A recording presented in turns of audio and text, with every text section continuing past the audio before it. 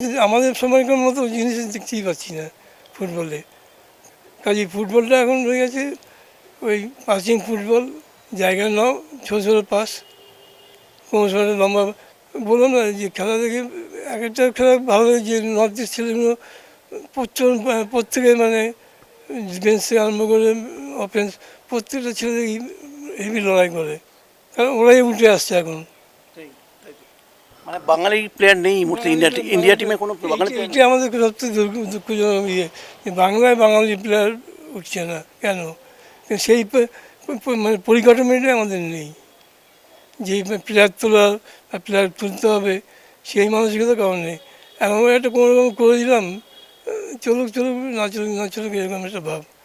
আগে যেমন কী বলবো, অশোক দা যে আইপিএল যারা সেক্রেটারি ছিল আমাদের সময়, তারাও কিন্তু চিন্তা করতো, তারাও কিন্তু কোচিংয়ের জন্য আইপিএল কোচিং সেন্টার খুলেছিল।